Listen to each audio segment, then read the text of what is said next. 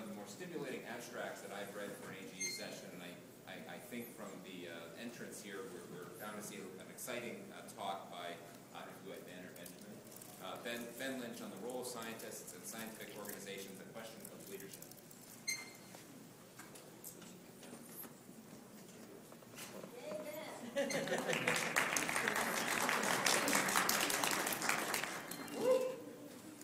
Good morning. Good morning. Okay, so my name is Benjamin Lynch. Me and Sean the Driver are National Chair of the Civil Rights Group BAMN, which stands for the Coalition to Defend Affirmative Action, Integration, Immigrants' Rights. Speak to the mic. Yes, I'm part of the Civil Rights Group BAMN, stands for the Coalition to Defend Affirmative Action, Integration, Immigrants' Rights, Fight for Equality by any means necessary.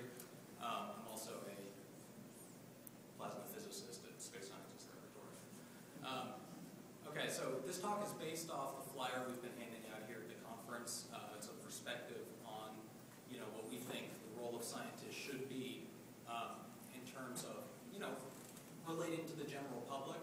But and I feel like this talk is going to, complement a bunch of the things that have been talked about this morning and we heard yesterday. And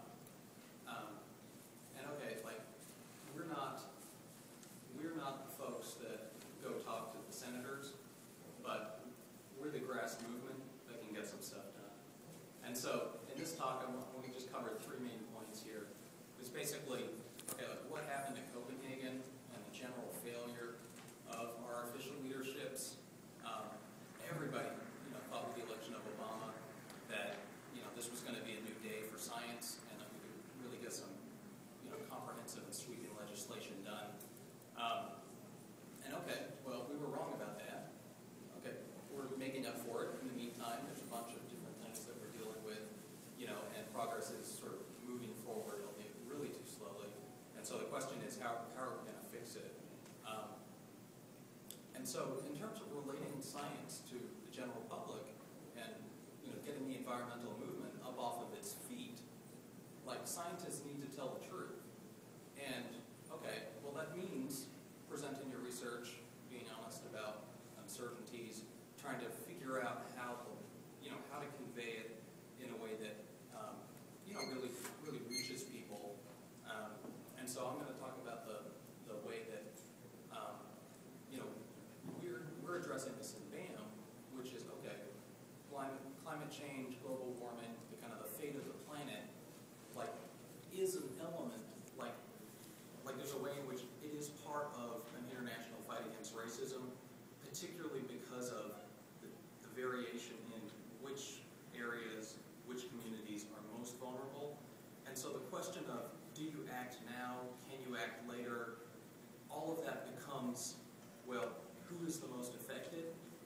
And this really relates to who is going to be the most vocal, most bold, most ambitious advocate for policies that change, right? And so, okay, we might be pretty comfortable here, but okay, the whole developing world, they're going to be fighting, and we need to relate to that. And so then I just want to say briefly at the end, kind of what do we mean by movement, and how is that? Why do we think that can win? And okay, so what went wrong? Well, maybe Obama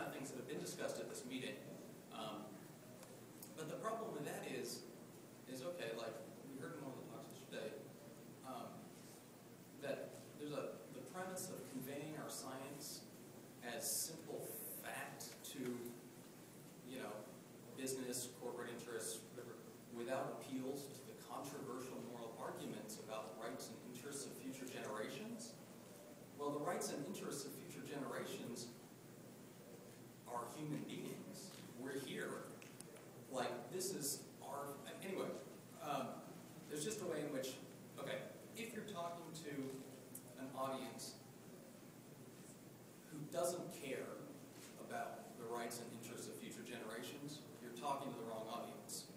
They are never going to be able to make the decisions that need to be made to preserve our humanity. And okay, so this quote comes out of one of the pieces of literature we use in the high school presentations here at Oakland. And it's a pledge to be a leader in the new civil rights movement. And so I'm just going to read it out loud here.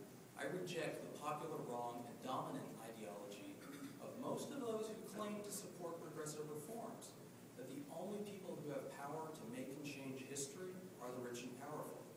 Accepting this false assumption places the oppressed in a dead-end position of having no alternatives other than making moral appeals to the rich and powerful or trying to find clever arguments to convince them that granting our demands will make them easier will make it easier for them to exploit us. And so, okay, there's a movement out there. We've seen it to defend public education here in California. We've seen it in the immigrants' rights movement. We've seen it, all over Western Europe. Like there is struggle, and where there is struggle, there is progress. That's Frederick Douglass. All right, and he knew something about changing systems that are inherently unchangeable, and nobody thought you could overthrow slavery, but they did. And it may be that, we need to do something similar. So what does it mean to tell the truth? Well, here's that very controversial statement by the Sudanese delegate at Copenhagen on the Copenhagen Accord, where he likened, the outcome, and specifically Obama's intervention, to a solution based on values, the very same values in our opinion that funneled 6 million people in Europe into furnaces, asked Africa to sign a suicide pact, an incineration pact, in order to maintain the economic dominance of a few countries. And you could say, well, that's kind of radical. I mean, likening inaction on climate change to the Holocaust is, okay, like maybe that's unreasonable, right? Except that all the models show that it's not unreasonable. All the models show that that's precisely what's going to happen if we don't do a damn thing, okay? And so, all right, well, this is a plot. It was in one of the IPCC reports. This is the percentage chance that, summers are going to be by 2070 to 2100, warmer than the warmest on record. But we know what that means. That was the heat wave in Europe that killed 30,000 people. That was the heat wave in Russia this summer. Okay, like this is a real human life cost.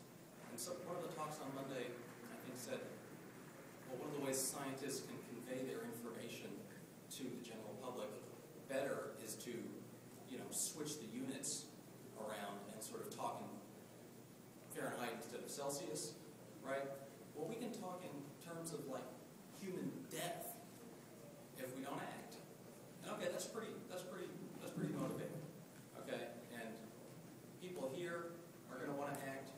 People here are going to want to act. People here are going to want to act because these people are already experiencing the effects of climate change. And so this is just out of our flyer, and I'm almost done. So the impact and consequences of man-made climate change are becoming an increasingly urgent part of the day-to-day experience of the vast majority of the world's population. The occurrence of every natural disaster, every record-breaking heat wave or cold snap, every major drought, new flood, or massive forest fire raises the opportunity to tell the truth about climate change. We have an audience, and that audience is desperately looking for answers. And so my appeal to the AGU and everybody that's not here, and our environmental science, students at UC Berkeley, and all that, is join the movement. Okay, there isn't a single thing that a crowd of 2 million people in the street couldn't accomplish if they weren't armed with a political program. Okay, this is a picture of Los Angeles during the immigrants' rights struggles of 2006. Okay, and